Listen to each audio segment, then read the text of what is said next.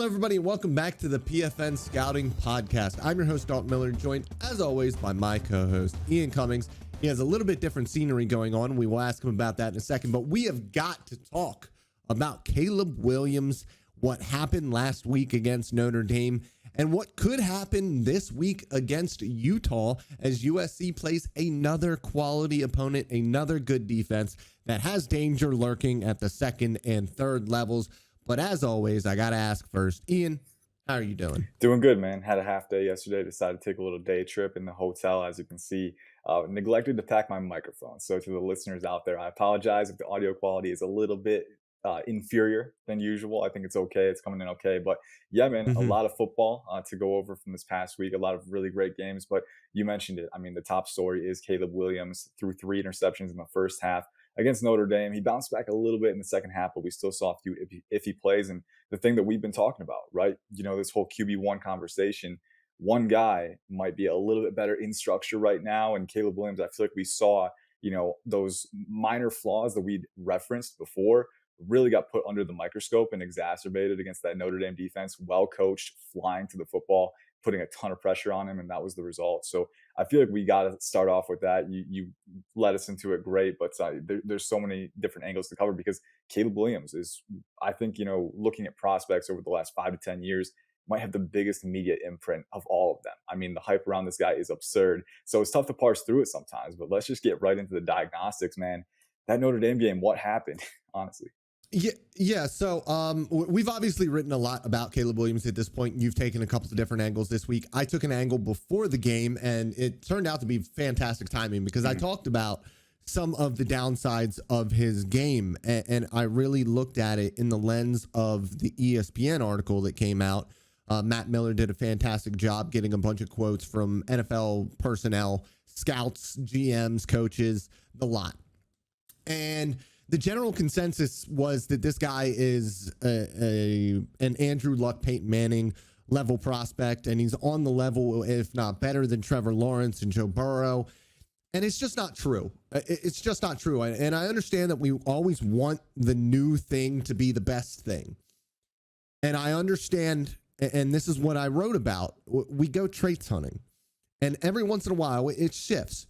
What is the trait today that everybody is looking for? It's that creation ability. And there's no denying that Caleb Williams is one of the best that we have seen in that area. He's not Patrick Mahomes because Mahomes is on a completely different planet. He's not human. But Caleb Williams is as close to Patrick Mahomes in that respect as it gets.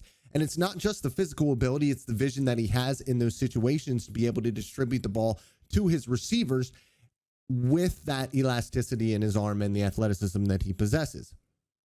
But where a lot of people fail to realize, or what a lot of people fail to realize, is that is like 30% of quarterbacking at most. And you need to be able to survive, and not just survive, but thrive on a down-to-down basis. And that is not something that, when faced with normal pressure, and listen, Notre Dame got to him a lot. That was not normal pressure. That was like normal Drake May pressure that we're used to seeing, but very much more pressure than you are used to seeing from quarterbacks. But what I saw was the same kind of thing that I saw against Oregon State a season ago when they just said, hey, we're going to set 5-6 guys the entire time. We're going to play man coverage behind him, and we're going to make him beat us. And eventually, he ended up beating them. That is not what happened with Notre Dame. Notre Dame, a little bit schematically better than that Oregon State defense and more talented, and they were able to take the ball away from him at a high rate in that first half. I still think that he is the best quarterback prospect in this draft class. I still think that this draft class of quarterbacks is fantastic overall. I still think that he should be the first pick. I still think that Drake May is a top 5 pick, top 3 pick in the NFL draft. I think that this senior class is outstanding. But he is not on the level of Trevor Lawrence because he is not nearly as complete of a quarterback prospect as Trevor Lawrence or Joe Burrow for that matter. And I understand if you want to bet on the athletic upside, the creation ability, and the thought that, hey, we can teach him to survive and to thrive on a down-to-down basis. But he has the uncoachable things that Joe Burrow doesn't. I'm okay if you want to take him over Joe Burrow for that reason. But Trevor Lawrence has the creation ability. He has the pocket manipulation. He has the accuracy. He has the arm. And he has the athleticism to go out and create with his arm and with his legs. He was a complete prospect. And he was the second coming after his freshman season when he won the national championship.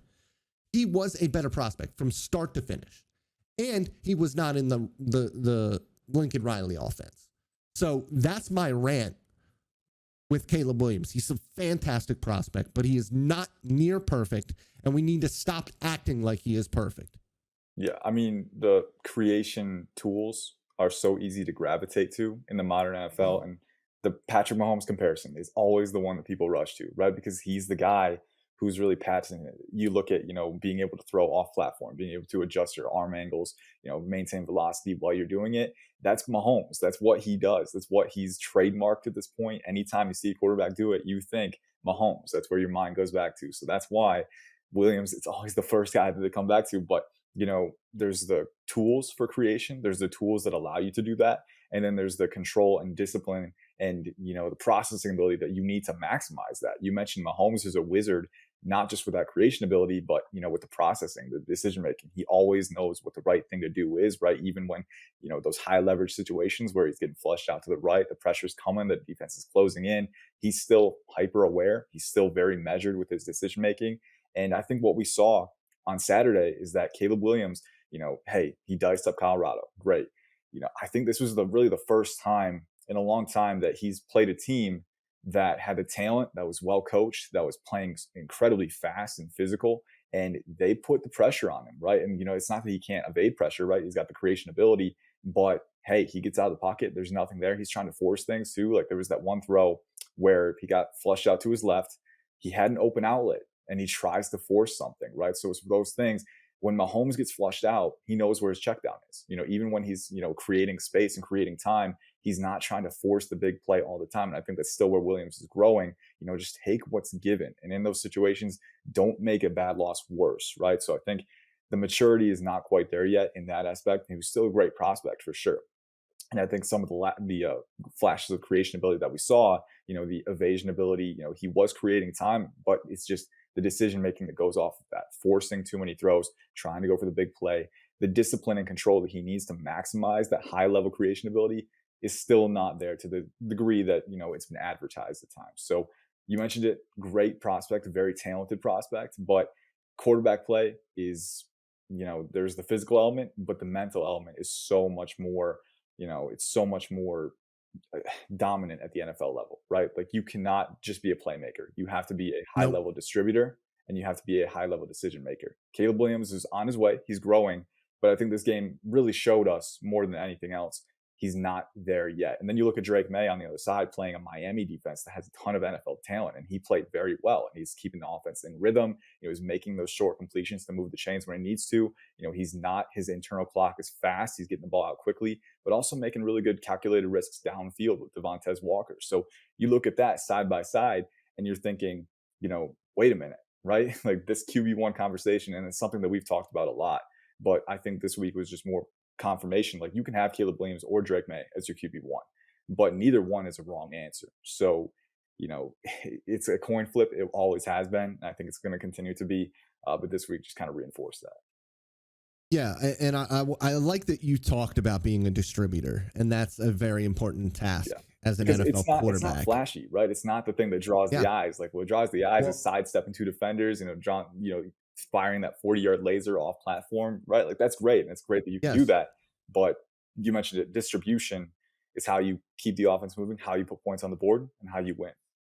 And a general manager in Miller's piece for the ESPN, he said Caleb Williams is a difference maker and Trevor Lawrence and Joe Burrow are distributors. First of all, claiming that Trevor Lawrence isn't a playmaker or that Joe Burrow is not a playmaker is ridiculous. It's an opinion for sure.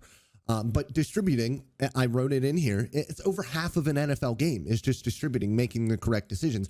But I wanted to ask you, I have a quote here from somebody that I wanted to ask you who this player was. Yeah. What he does as a thrower and as a runner is exactly where the league is right now, an NFL scouting director told Miller. He throws some of those 50-50 balls with his shoulders square to the defense after running around in the pocket, and I'm seeing Mahomes at Texas Tech all over again. Who What quarterback is that written about? I want to say Zach Wilson. It's Zach Wilson. Yeah. Okay. How's that turned out, guys? How has being able to create throwing 50-50 balls turned out for Zach Wilson so far? And it's just the obsession that we have with a singular trait and our collective ability to ignore the rest of the game. So, with that said, let's move on, and let's move on to Drake May, but not just Drake May, because I want to get into Tez Walker as well. Yeah. In my opinion, the best story in college football is Tez Walker, and coming back onto the field, not just coming back onto the field, but his decision to stick around when he was deemed ineligible, play on the scouting team, everything that he has done, you know, to this point to be ready and to try to learn the offense and to come in and have the impact that he is having already. What do you see from Tez Walker?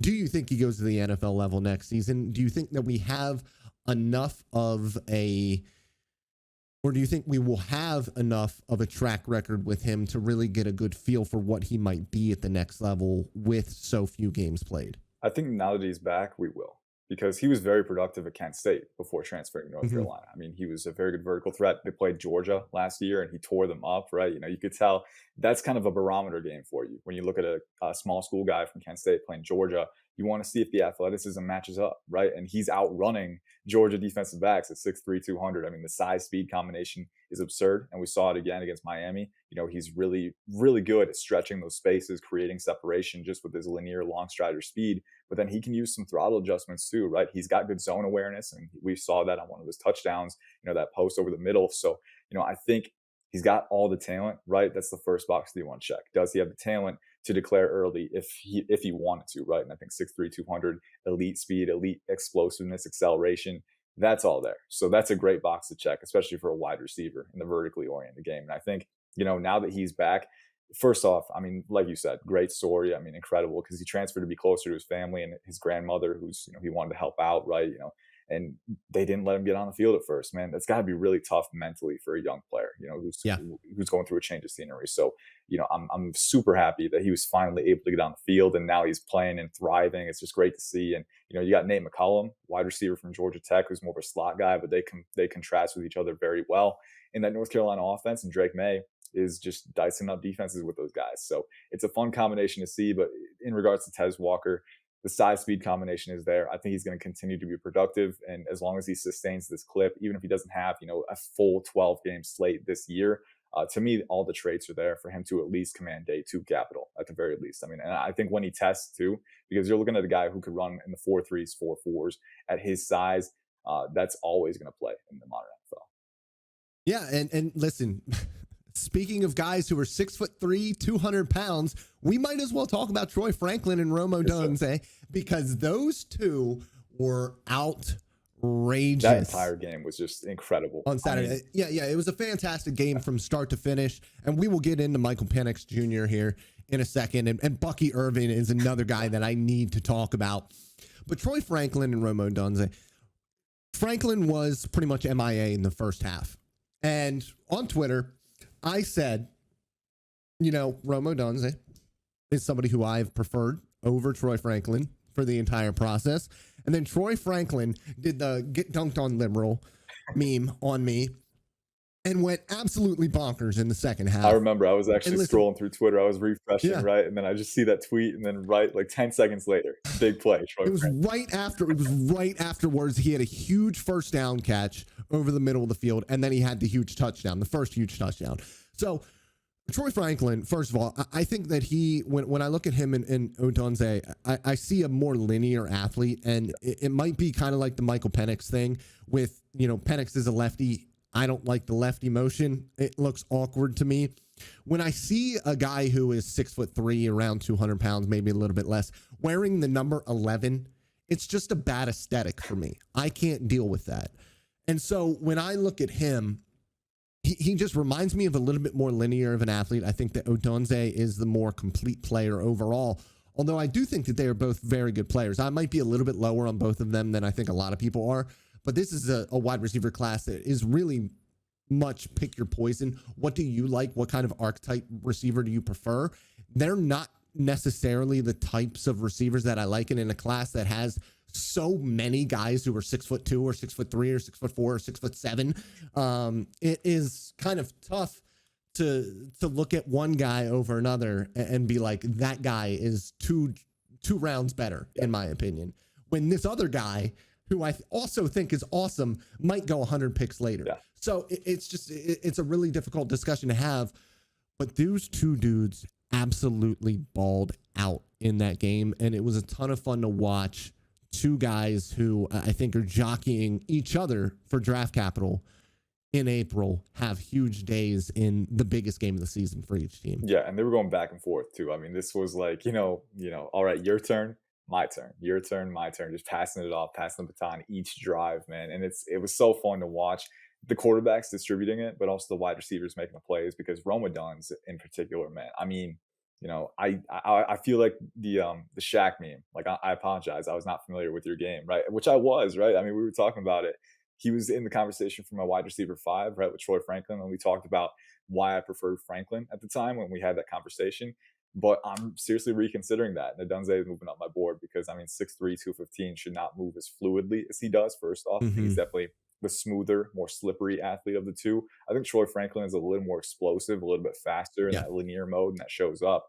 But Roma Dunze, man, is just so fluid as a route runner, as a rack threat. But then, where he made most of his money in this game was the catching instincts are incredible, right? It's a combination of timing, body control, having the vertical sense to rise at the right time, not go too early to key in the defensive back. I mean, the patience, the control, all of those things, right? When you see all of those things, that you're looking at a wide receiver who is very comfortable in uncomfortable situations. And that's what Roma Dunze showed on Saturday. In high pressure situations too. I mean, he was basically the reason they won the game. He kept the chains moving. He generated those big plays, scored touchdowns. I mean, this is a wide receiver who showed up in the biggest moment and did it without blinking. So I think Roma Dunze, to me, you mentioned it with Emeka Egbuka a few podcasts ago, having that clutch gene. It's hard to quantify with a wide receiver, but when you see it, you got to make note of it. And I think Adunze showed that on top of his physical talent. And I think that's why he's definitely moving up after that performance with Troy Franklin on the other side too. I think the explosiveness, the speed, the versatility to be used in motions, right? Streak across the field and parse through zones. That is very much a positive in his game. That he can be schemed rack in the short range too. I think you're looking at Adunze, probably a more complete 3-level threat as a prospect because of that smooth athleticism, because of that, full route tree, right? But I do think both guys have futures at the next level. I think it's just where you want to fit them in. And it just goes to show this wide receiver class is insane. And it's just going to continue to get like that. It feels like every week too, we're seeing one or two more new names enter the early round conversation. I mean, we've seen guys like, Roman Wilson, Xavier Legette. There's just so many different prospects with high level traits. But this one was a clash between two Titans. And I was really happy to see both of them thrive, because I think both of them have, different skill sets, but you get them in the right spot and they're going to produce at the NFL level. I think Adunze, Franklin, like you said, it's pick your poison, and poison, it's going to be potent at the next level for sure. Mm-hmm.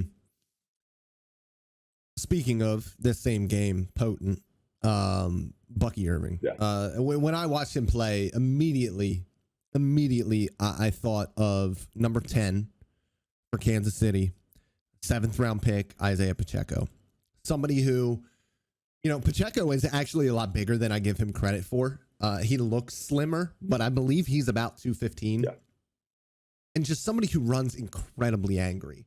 Is mad at the world. And they got into Bucky Irving's backstory a little bit during the game, but he just runs like a guy who is upset with every single member of the defense. His contact balance, his short area agility were both on full display in that game. He was a ton of fun to watch, and I have not studied him in depth. He is a junior. He is draft eligible. I don't know if he'll declare, but this is a young man who has got game. He just is a baller. He's 5'10", 195 too, I think is what he's listed at, right? So you see him bouncing off tackles, churning through with that leg churn, that leg drive. I mean, it's size defined, because Pacheco is 6 foot 215. I mean, the dude is compact. Yeah. He's actually got mass too, and he's very good at accelerating quickly. So you get that quick momentum, you get into crowds, and it's very tough to stall those guys out.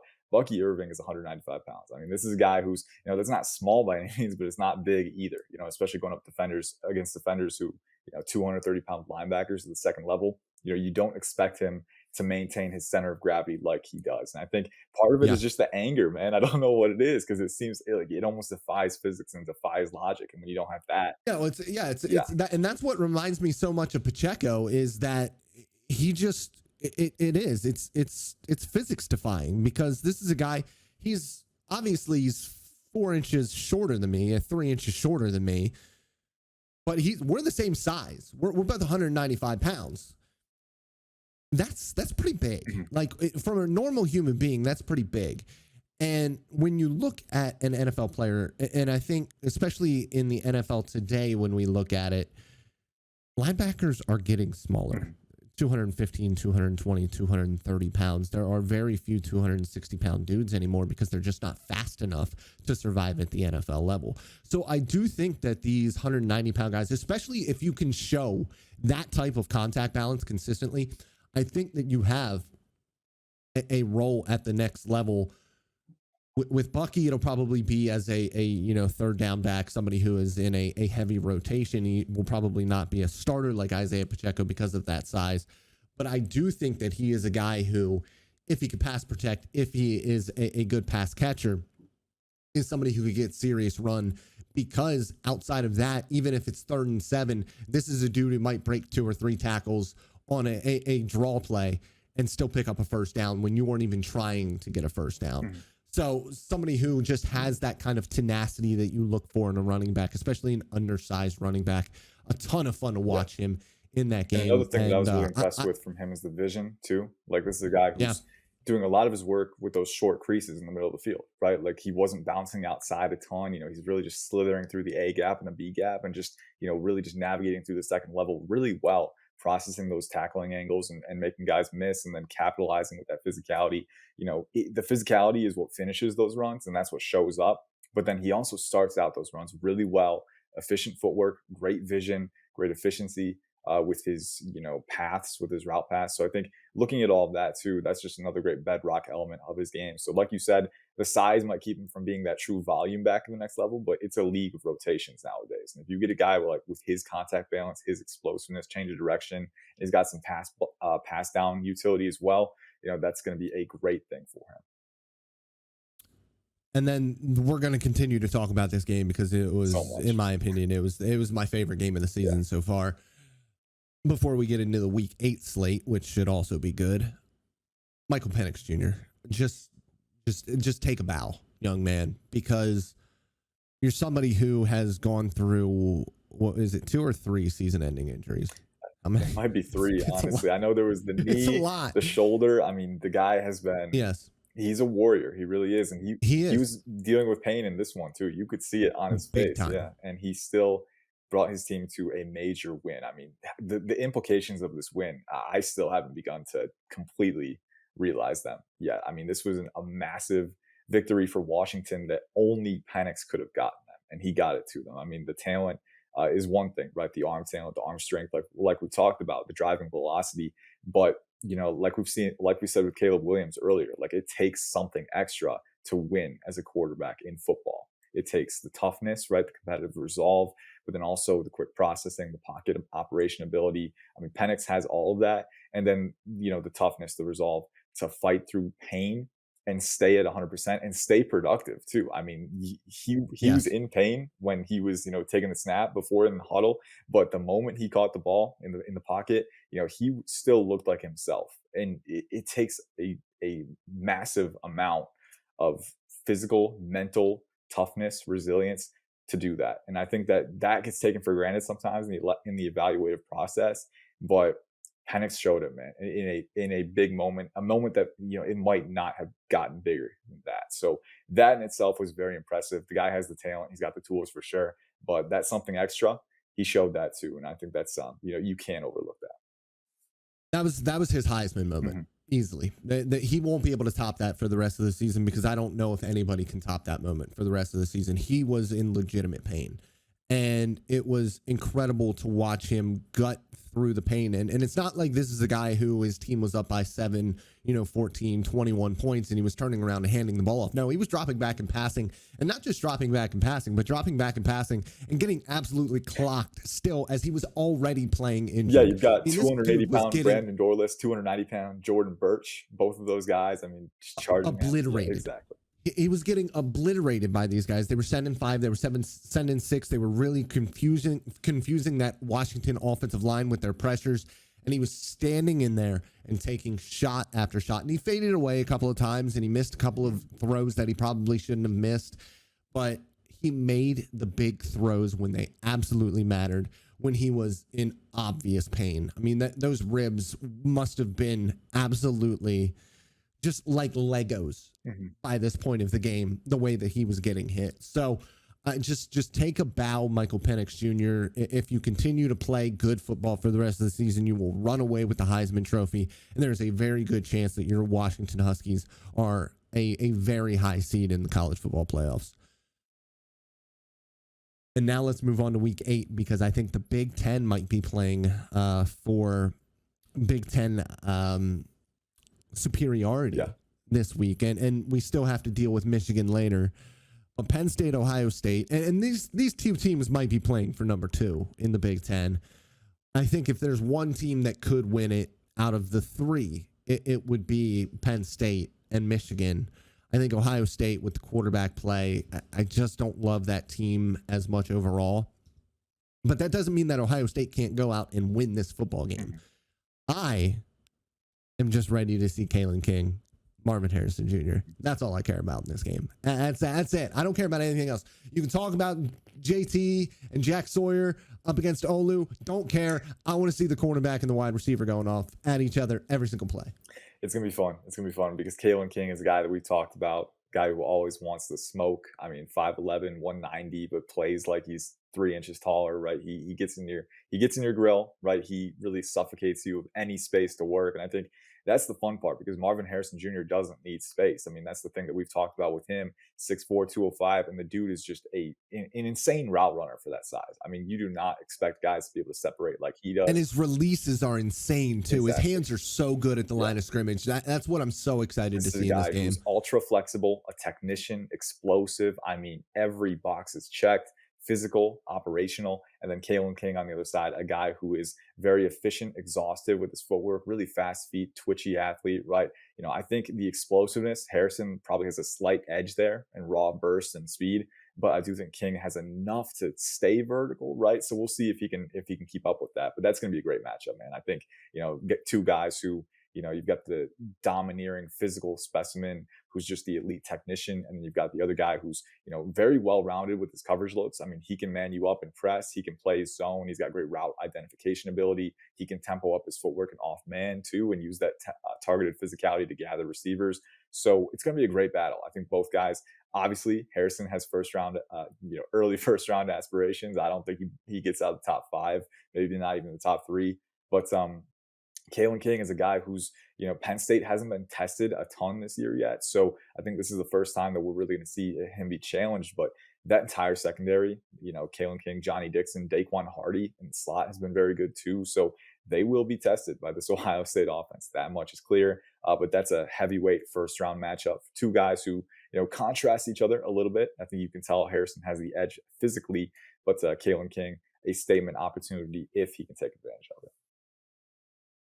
Yes, and we are going to quickly talk about the other side of the ball as well, because Olu is obviously a top 5 to 7 prospect in this draft class, a freakish talent. I got to hand it to JT. JT, he's still not showing up consistently as a pass rusher, but he has been making plays against the run very recently specifically, and I want to see what he and Jack Sawyer are able to do as pass rushers and as run defenders on that left or on their right side against Olu in this game. Yeah, me too. I think it's going to be a fun one. I think the Ohio State defensive line has a real big chance to make a difference in this one, because Jack Sawyer, JT Tuimoloau, but then Michael Hall on in the interior, middle. yeah, Michael Hall is one of those violent, well-leveraged linemen. The torquing capacity that he has is very, very appealing. And then Tyleek Williams too. I mean, this guy was like 6'3", 315, 320. And he was lining up across from Joe Alt when they played Notre Dame and slapping him in run defense, stunting across alignments. So two guys who are very, very exciting with their profiles. Ty Hamilton as well. But I think, man, you go to all three levels of each defense, there are prospects to watch in this one. Penn State, I think Chop Robinson and Adisa Isaac versus Josh Simmons, the transfer tackle from Ohio State, who's actually played pretty well. He was a sleeper in this class. Curtis Jacobs going up against Cade Stover. Stover just had a really good week. And then that Ohio State secondary, you got Denzel Burke, who's playing like a first rounder. He's going to play up against Keandre Lambert-Smith. So that'll be a fun one. Josh Proctor, who's kind of revitalized his stock this year too. So every level that you go to, there are prospects to watch in this one. That's what makes it so fun. A little overwhelming because the talent density is so great. A lot to keep track of. But this is what you live for as an evaluator. Two very talent-dense teams going head-to-head and prospect matchups on every single play, and you get valuable information out of it. So, prospects show the most when they are challenged, and a lot of guys are going to be challenged this week. Another good game, or should be a good game, is in the ACC, and we have good Big Ten game this week. We have a good ACC game this week, and we have a good Pac-12 game this week. And the SEC is the SEC down? I think the SEC is kind of down this year, which is annoying because I'm the one covering the only them, thing that matters is Jaden Daniels is up. Slim Reaper is up. Yes, there we go. Slim Reaper, stock up. Duke and Florida State, two very good football teams. I think that when you look at it, obviously, Keon Coleman is the story here. Jordan Travis got banged up in the last game. Looked like he is going to be okay. He came back and was able to play and didn't look too hampered by the injury. I believe it was to his non-throwing shoulder or arm, something like that.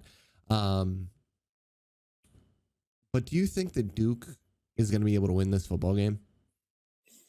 I think my indication is no, personally. I think Riley Leonard, depends on whether he comes back or not. I think our most recent update is that he has a chance at returning. He sat out last week, but he could play. And I think if he does, the athleticism definitely is a plus for him. And we've seen him use that to create. Yeah, the problem is coming back from an ankle injury like that in just a couple of weeks, that athleticism is probably not all going to be there, which is the big issue. And even if the athleticism is there, with the confidence too, right? Coming off an ankle injury, probably don't want to rely on that so much, right? And he still needs to develop as a passer. I think we've seen flashes this year, but he hasn't had a ton of chances to sustain that growth. So, Florida State, they got Jared Verse, they got Patrick Payton, they've got some really good guys on the interior too. Braden Fisk, Fabian Lovett, Joshua Farmer, who's a redshirt sophomore that I really like.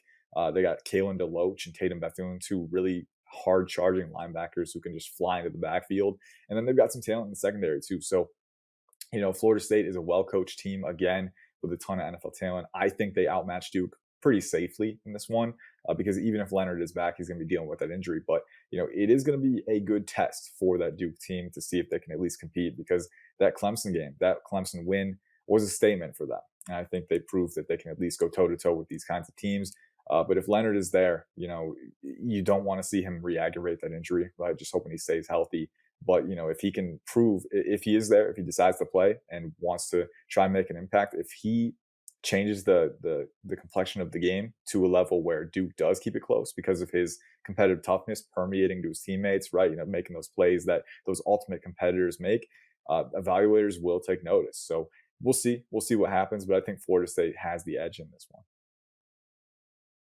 And the next game and last game we're going to talk about, USC and Utah. And quickly, I would like to bring up Sion Vaki, who is a safety who ran for 158 yards or something like that last week as a running back. It just, you're never going to hear about this in the NFL. And this is what makes college football so fantastic. A guy who, not planning on going two ways, but having to go two ways and having an absolute day at the office in the backfield. That was the best story of last week. I think Tez Walker coming back and having a huge game against a good football team was really big, but Sion Vaki had the week of all weeks last week.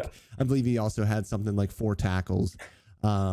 in the game as well. But I'm really looking forward to this defense, Cole Bishop, going up against Caleb Williams. Are they going to do the Pac-12 thing and kind of sit back and play coverage against Caleb Williams, or are they going to push the envelope, rush 4, 5, 6 guys at a time, play tight coverage behind or play fire zones behind, and make Caleb Williams beat you by getting the ball out quickly? I'm so fascinated to see if these Pac-12 defenses change the way that they defend USC after this Notre Dame game. Yeah, I think so too. And I think, Utah has the players that they need to put pressure on Williams if they want to. You mentioned it, Cole Bishop, another guy who you can get him to attack downhill, and he gets downhill quick. He's very good at combating blocks and getting into the backfield. And then Jonah Ellis at edge, right? This is a guy who I think is one of the sack leaders so far this year. A guy who's 6'2", 250, a little bit lighter, but the bend, the acceleration around the apex, those are traits that are really impressive from him. And he's exactly the kind of edge rusher. Not like, it's different from Jordan Birch and Brandon Dorless. Those were guys who just really just not shorten the corner, but just kind of collapse the pocket with their power. But Jonah Ellis is a guy who can really tighten those pursuit angles. So if you're Caleb Williams and you're trying to get out the back door, trying to flush out to the left, he can take away those lateral pathways for you. So that's going to be a challenge for Caleb Williams, and maybe Ellis flushes them out and Bishop is the spy. We'll see, but I think Utah has the players that they need to match up with that. So for Caleb Williams, the name of the game is going to be keep your eyes up and know where your outlets are, because Utah's corners, Zamiah Vaughn, Travis Broughton, they're good, but they can be susceptible to, comebacks, curls, breaks. I feel like they've been a little bit vulnerable in those kind of situations. So you have receivers who can separate. Brendan Rice can use his physicality. Mario Williams, you got Dorian Singer, Taj Washington. You have guys who can win one-on-one against these corners. So I think Caleb Williams, the name of the game is going to be last week when you were pressured and when you were flushed out, you made a bad situation worse by trying to force the ball. Know where your outlets are, know where the optimal decision is, stay patient, stay disciplined, and go with that. If he can show that growth week to week, because Utah's defense is another very well-coached, fast-flowing defense. So if he can show that growth against a comparable opponent, that'll be a good thing for him, right? And if he has another bad game, because he's kind of had 2 rough games now, Arizona the week before, if he has another bad game, it's not going to be the end of the world. Again, I think he's established enough that he is going to be a top 5 pick no matter what, top 3 pick no matter what. It's just a matter of who goes first, him or May. But I do think it would be reassuring to see him show growth after last week and directly apply what you learned in that tough outing and step forward and grow from it. So we'll see if he can, but the conditions are ripe for another high pressure environment for Williams. And the key for him is, can he be disciplined? Can he be composed? And can he start to take steps forward from that? So I'm hoping we see that. Utah is going to put the pressure on him at multiple levels, and it's going to be a great game again. So we'll see what happens. But the Pac-12, like you said, has a habit of Pac-12ing and just making it a lot more complicated than it needs to be. But I'm excited for that one for sure. You brought up Jonah Ellis, and Jonah Ellis has 9 sacks so far in 2023. So he's having himself a season. If anybody thinks Jonah Ellis, is that name familiar for some reason? Yes, it is, because he has 3 older brothers. All 3 of them played in the NFL. One of them is a very good player in the NFL. I say very good player. He's a plus starter in the NFL. That would be Caden Ellis, who, plays a little bit of off-ball linebacker, plays a little bit of pass rusher, was really good for the New Orleans Saints, and is now with the Atlanta Falcons. So Jonah, I'm sorry, I got the wrong professional football playing brother. No, Jonah Ellis, a likely NFL player at the next level, seeing as his 3 older brothers were, and his 3 older brothers all went to Idaho, and he ended up at Utah. So probably the highest ranking recruit out of the 3 brothers as well. But that is all we have for you guys today. Ian, I assume we'll be back in his normal spot next week. Yeah. But I am glad that he got to go out on a little bit of a day trip, go hiking a little bit, and see the scenery. It is good for the soul. It is good for the body and the mind. As always, guys, thank you for listening. And always remember that I love you. Goodbye.